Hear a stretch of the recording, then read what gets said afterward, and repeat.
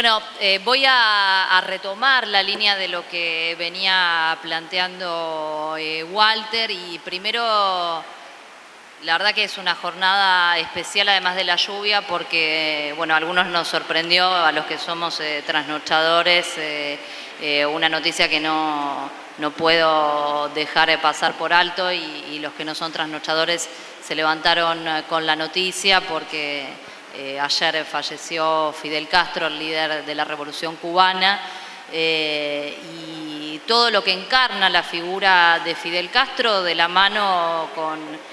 un conjunto enorme de figuras de líderes revolucionarios. Ahí está, sí, la foto de Fidel con Hugo y con Néstor, no la veo desde acá. Que por supuesto los incluye a Néstor Kirchner, a Hugo Chávez, a Juan Domingo Perón y a muchísimos otros líderes de los diferentes países de nuestra región suramericana y del Caribe, porque en definitiva pensaba hoy, cuando pensaba en Fidel y pensaba en este encuentro donde nos íbamos a juntar a pensar juntos este complejo momento de la economía y de la política nacional e internacional donde estamos parados, que al fin de cuentas la esencia de las luchas emancipatorias que han, en definitiva, escrito la historia y siguen escribiendo la historia de cada uno de nuestros pueblos y de todos nosotros juntos como pueblo latinoamericano, viene siendo siempre la misma, ¿no? En aquellos años, cuando Fidel ingresó por la puerta grande de la historia, encabezando al ejército revolucionario cubano, se hablaba de antiimperialismo en nuestra región, y aunque ese imperio fue cambiando su forma, y siempre tengo muy presente una maravillosa intervención de la expresidenta Cristina Fernández de Kirchner, si no me equivoco, en la CELAC, cuando habló frente al resto de sus pares de anarcocapitalismo financiero, que es este nuevo tipo de imperio que no, como bien explicaba Walter, no responde a una localización geográfica que podamos identificar, como otrora por allí podíamos centralizar en un momento en Inglaterra, más adelante en los Estados Unidos, con una territorialidad más específica, y hoy hablamos efectivamente de un capitalismo financiero transnacionalizado y además sin patria, sin territorio, que opera a través de sus redes globales, efectivamente con centro, valga la redundancia, si me lo permiten, pues no se me ocurre otra expresión, en los principales centros financieros del mundo, particularmente del mundo anglosajón, ¿no? Porque este bloque sigue estando dominado por el bloque anglosajón de poder con sede en Londres y en los Estados Unidos. Y pensaba atando, ¿no?, la realidad de lo que sucede en el mundo con la realidad de lo que sucede en nuestro país y en el conjunto de nuestra región, que por supuesto son inescindibles, como siempre lo han sido, en la importancia de no perder,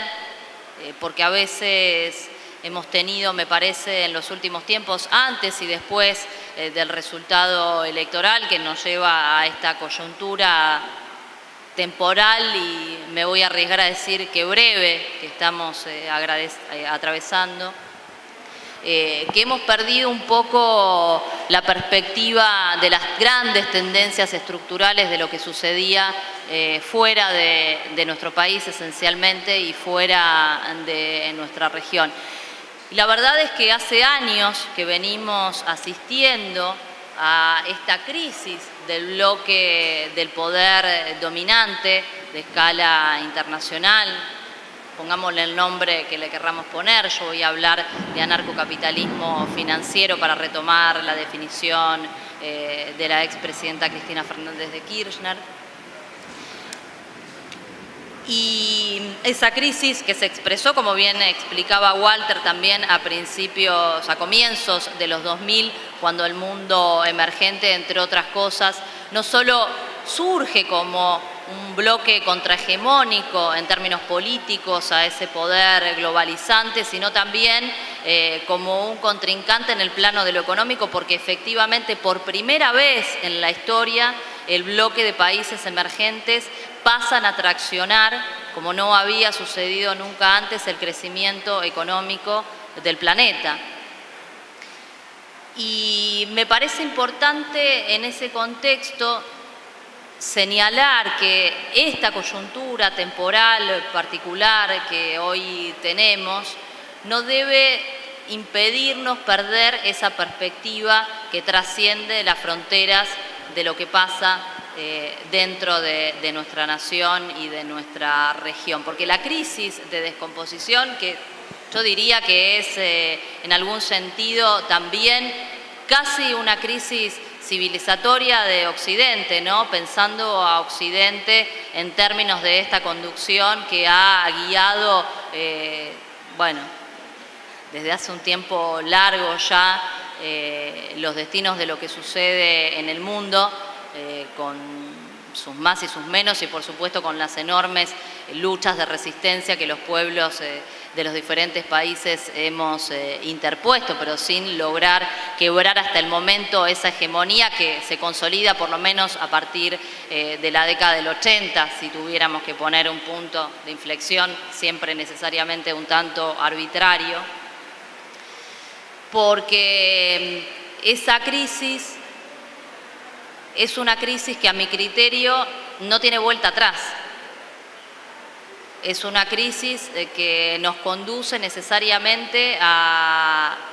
avanzar, puede ser para un lado, puede ser para el otro, no tenemos la bola de cristal y además no creemos en los determinismos históricos, por lo tanto, para dónde salga la salida a esa crisis del bloque dominante va a depender, por supuesto, del rol que asumamos todos aquellos que estamos parados en la otra vereda y qué salida seamos capaces de construir juntos con Francisco, como bien decía Walter, con el conjunto de liderazgos no solamente latinoamericanos, sino de otros continentes, como el caso de Rusia, el caso de la región asiática, y la capacidad de articular todas esas miradas, todos esos objetivos, todos esos anhelos que deberían, en definitiva, confluir a construir una salida que tenga que ver con construir, en definitiva, un nuevo tipo de humanidad en términos universales. Y me parecía entonces muy importante. Yo tengo una visión, vieron que uno siempre dice, utiliza esa metáfora del manotazo de ahogado, ¿no? Y me parece que todas estas tendencias estructurales que veníamos estudiando desde hace muchísimos años, que tienen que ver con esta descomposición del bloque dominante, con la inviabilidad cada vez más manifiesta en crisis recurrentes y particularmente en esta crisis que todavía nos atraviesa y que se abre a partir de la caída de Lehman Brothers, que todavía continúa, esa crisis de inviabilidad de este proceso de financiarización en el plano de lo económico, de los patrones de producción, pero también, y algo muy importante, que es lo que se ve muy palpablemente en la victoria de Trump en los Estados Unidos, que articula también la deslocalización del trabajo, ¿no? Y la persecución, casi diría, de la búsqueda de mano de obra cuasi esclava en el mundo emergente, trasladando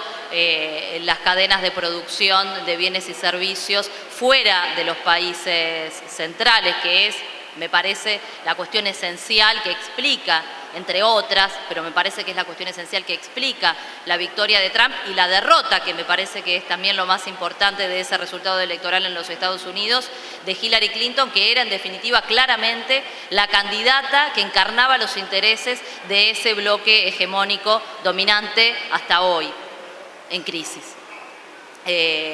Porque, para poner algunos números, digo, para darle dimensión a lo que estamos hablando, digo, esta crisis en el mundo del trabajo y de la producción que nosotros bien conocemos, porque en los diferentes periodos, estamos hablando del que se abre con la última dictadura cívico-militar, no solamente en la Argentina, sino en el conjunto de la región, pero también en la década del 90, ¿no? Los diferentes periodos en los que el neoliberalismo, nosotros hablamos de neoliberalismo, pero en los que justamente el programa de este bloque hegemónico global de capitalismo financiero se impone sobre nuestros países, desplegando como están haciendo ahora a sus alfiles en nuestras naciones. Lo conocemos muy bien porque la crisis en el mundo del trabajo ha sido uno de los grandes problemas que hemos vivido en carne propia y que hoy lamentablemente estamos volviendo a vivir en la Argentina. Bueno, en los Estados Unidos dejó un saldo de, en los últimos años, 60.000 empresas que han cerrado, 5 millones de puestos de trabajo que se han destruido, y esto nos obliga a interpretar la enorme racionalidad en el fondo que ha tenido la decisión del pueblo latinoamericano y que desde mi humilde saber y entender verdaderamente celebro, porque interpreto como un golpe al corazón que abre definitivamente un punto de inflexión para la agudización de esa crisis que venía de mucho antes, que a veces nosotros en el contexto de las coyunturas complejas que nos ha tocado vivir y que nos está tocando vivir en este momento fronteras adentro, hemos perdido un poco la perspectiva, pero que, como decía antes, me parece que es un camino que no tiene vuelta atrás. Y en este contexto vuelvo a la metáfora del manotazo de ahogado, porque me parecía que cuando perdimos la elección, y no solamente perdimos la elección, porque después vino la destitución de Dilma y porque además ya teníamos en nuestra región latinoamericana otros países hermanos que venían siendo conducidos desde bastante tiempo antes por exponentes de este neoliberalismo financiero, el caso de Perú, el caso de Colombia, el caso de México. Y entonces me parece que hubo un momento en que perdimos un poco la perspectiva de lo que estructuralmente estaba sucediendo con las grandes tendencias a nivel internacional, y creo que hay que volver a esa metáfora del manotazo de ahogado. Me parece que esto que está pasando hoy en nuestra región es como el tipo que se está ahogando y tiene el 80% de los pulmones ya llenos de agua y de repente levanta la mano, saca la cabeza, pega una bocanada y uno dice, uy, ¿qué le pasó? El tipo va a resucitar. No, bueno, pero tiene los pulmones ya 80% tomados, y a menos que tengamos la desinteligencia de acercarle un resucitador en algún momento, no sé cuánto va a durar ese último flote, en algún momento necesariamente el 80% va a ser 100 y el tipo, que es el neoliberalismo, que es el capitalismo financiero, que es el unilateralismo globalizante, que es el nombre que le querramos poner, se va a terminar ahogando. Y ahí es donde viene la parte importante que nosotros también tenemos que estar pensando en este momento. Porque tal vez, y lo digo un poco pensando en voz alta y apelando a que pensemos juntos, tal vez una de las dificultades que opera como retardatario para terminar de saldar este proceso de disolución, esta crisis civilizatoria de ese mundo anglosajón que ha hegemonizado durante tantas décadas los destinos y nuestras realidades, esté también en nuestra posibilidad o no de dar una respuesta a cuál es la salida a esa crisis. Hoy estamos atravesando un momento de transición, pero lo que tenemos que pensar y empezar a construir juntos, creo yo, es cuál es esa salida, cuál es nuestra cosmovisión. Y en esto me parece que sí Francisco está desempeñando un rol absolutamente clave, ayudándonos también a pensar cuál es la cosmovisión, no solamente de la Argentina que añoramos, sino de cuál es la región que añoramos, pero también cuál es el mundo y cuál es la humanidad, y cuál es el tipo de hombre y cuáles son los tipos de subjetividades que apelamos a construir en ese nuevo mundo que necesariamente tiene que nacer y que nosotros, como latinoamericanos, como pueblo trabajador, como parte de esa enorme y absoluta mayoría de la humanidad, de una humanidad que, digámoslo de paso, está atravesada por una realidad económica donde el 1% más rico de la población concentra en su poder mayor riqueza que el 99% restante, y eso también marca una clara divisoria de aguas que también nos habla de la inviabilidad de este sistema y de la necesariedad, si me permiten utilizar el término,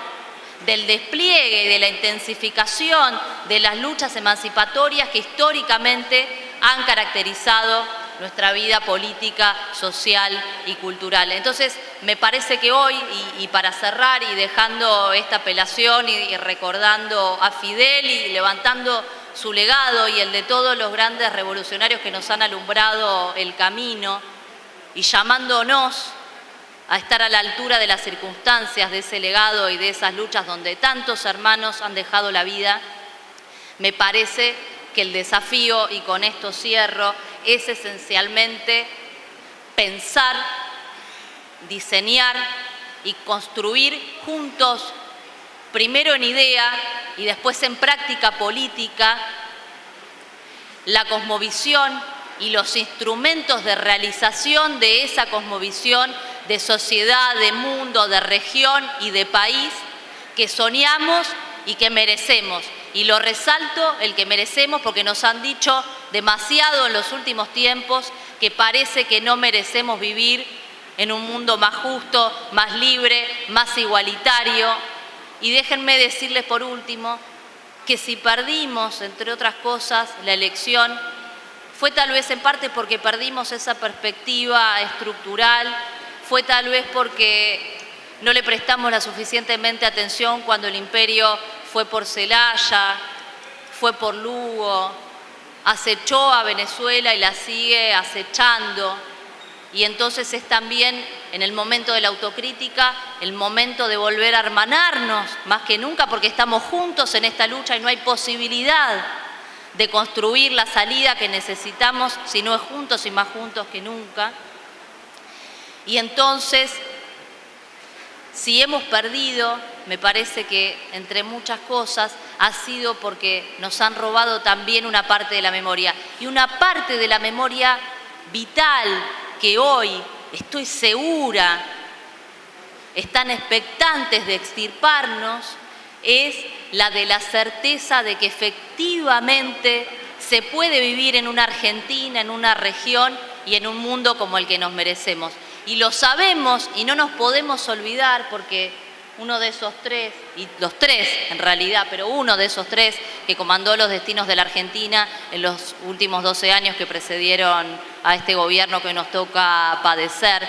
una de las grandes lecciones que nos dejó fue justamente esa, que con nuestras propias capacidades, con nuestros propios acervos de ideas, de cultura, de tradiciones políticas,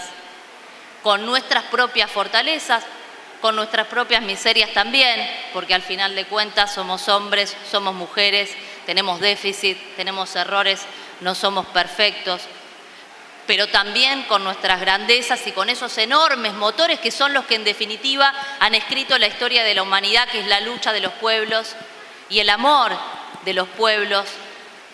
el amor de todos nosotros por todos esos otros que somos nosotros, ¿no? Como esa frase que acuñamos, que expresa